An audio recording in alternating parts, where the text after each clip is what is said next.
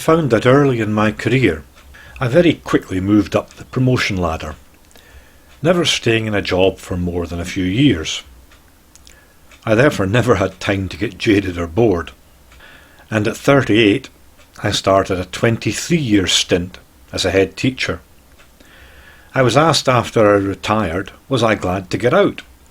And what was it like doing the same job for so long? Well, firstly, I was in no hurry to retire. I was thoroughly enjoying my job when I decided to retire. Indeed, I delayed retiring for a year to finish projects that I'd started. I felt I could have continued working as a head teacher for years, but decided to retire when I was still enjoying my work and I had the health to undertake other pursuits. As to what it's like being in a leader's position for so many years, well, firstly, I started the job in 1991.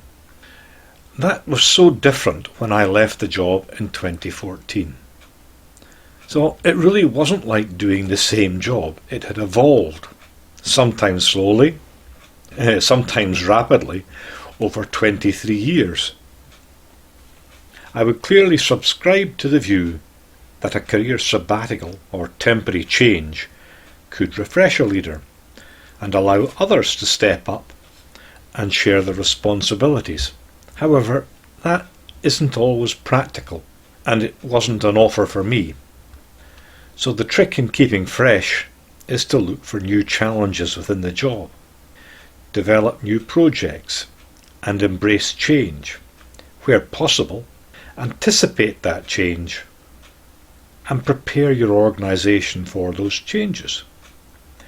Now, I enjoyed looking for sustainable changes to my school and tried to be as creative as possible in finding solutions. If you find yourself in a long-term leadership position, don't get stuck in a rut, doing the same things over and over again. Embrace change and always look for new challenges. I enjoyed developing a range of new approaches in my tenure, including setting up a charity to support the school, setting up a community interest company to look for new ways of funding and creating vocational opportunities, establishing a school farm to offer vocational and support opportunities, expanding associated youth work activities, to mention only a few. I would say I enjoyed my involvement in all of these and many more, but they do create more work and are not to be entered into lightly. I had to develop my accounting skills in order to submit annual accounts to Companies House and the charities regulator. I didn't find the paperwork difficult. It was time consuming. It had to be completed to a strict timetable. So if you have the interest to broaden your school's reach, there are ways of doing so.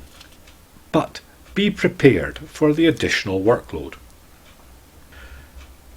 Longevity in leadership posts also gives you time to reflect on your own flaws, which are as much of the part of your makeup as are your strengths. Leaders often suffer from overinflated egos, a very common fault. And as long as you are self-aware, you can guard against your ego getting too much in the way of your job. Many of us have too much of a control freakiness. I readily admit that I have a bit of a Machiavellian tendency.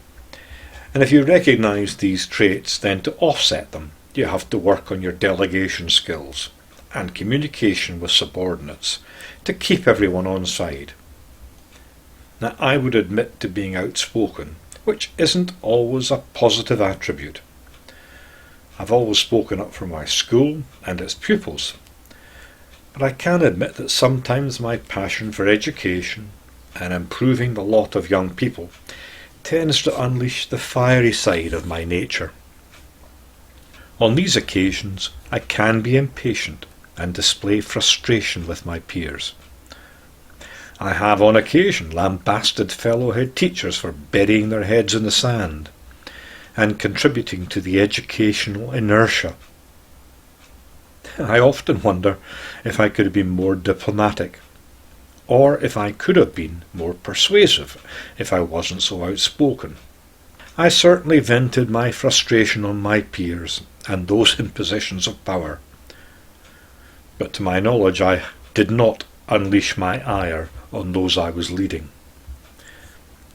If enthusiasm begins to wane and the job becomes repetitious, that is the time to seek out a new challenge or new skill development. Or it might be a good time to move on if you can find a job that offers you a new challenge.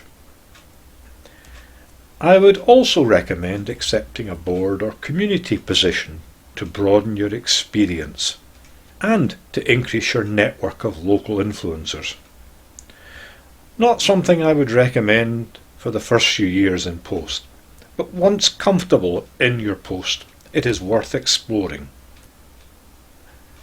Find out how you can contribute to the local area. It also will raise the profile of your school. Over my tenure as a head teacher, I served on several boards, including a local enterprise company, local FE college and local university, as well as some local charities. I hasten to add, not all at the same time. You will pick up new skills and knowledge, and the new challenges will help to keep you fresh.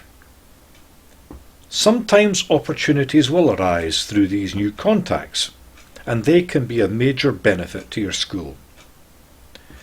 Enjoyment in one's work is so important for longevity in any job, and a positive mood is more likely and encourage more creativity, which in the end will be more productive.